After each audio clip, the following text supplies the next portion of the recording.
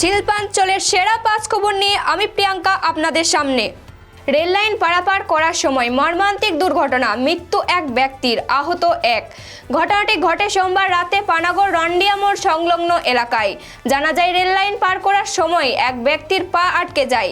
তাকে উদ্ধার করার জন্য তার বন্ধু চেষ্টা চালায়, কিন্তু ব্যর্থ হয় সেই চেষ্টা। ট্রেনের ধাক্কায় মৃত্যু হয় এক ব্যক্তির, গুরুতর আহত অবস্থায় আরেকজন দুর্গাপুর মহকুমা হাসপাতালে চিকিৎসাধীন।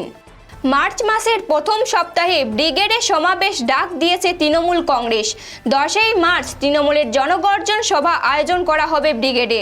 তারই সাথে রাস্তায় ব্যানার লাগিয়ে চলছে প্রস্তুতি। এমনটাই দেখা গেল রানীগঞ্জের 91 নম্বর ওয়ার্ডের কাউন্সিলর রাজু সিং এর নেতৃত্বে। বারাবণী ব্লকের যেসব মহিলা ও পুরুষরা 100 দিনের কাজ করেছিলেন, তাদের পশ্চিমবঙ্গ সরকার থেকে 18 ফেব্রুয়ারি থেকে 25 ফেব্রুয়ারি পর্যন্ত প্রত্যেকটি গ্রাম পঞ্চায়েতের আশেপাশে ক্যাম্প করার জন্য জানানো হয়েছিল। 25 তারিখে ক্যাম্প করার পরেই 26 তারিখ রাত্রের দিক করে তাদের অ্যাকাউন্টে টাকা চলে আসে।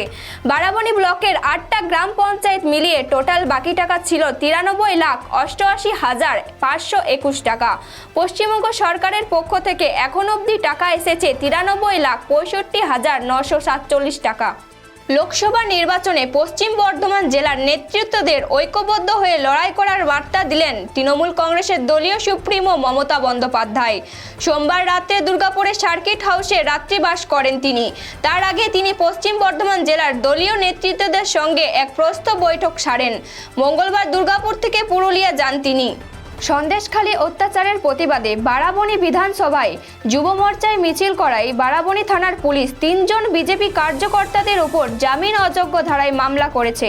তারই প্রতিবাদে মঙ্গলবার ভগৎ সিং স্ট্যাচুর পাদদেশে যুব মোর্চার কর্মীরা বিক্ষোভ করে। এই বিক্ষোভে উপস্থিত ছিলেন আসানসোল দক্ষিণের বিধায়িকা অগ্নিমিত্রা পাল। শিল্পাঞ্চলের সেরা 5 খবর এখনকার মতো এই পর্যন্তই। পরবর্তী খবরের জন্য চোখ রাখুন খবর বাংলার স্ক্রিনে। খবর বাংলা, খবরের খবরদারি।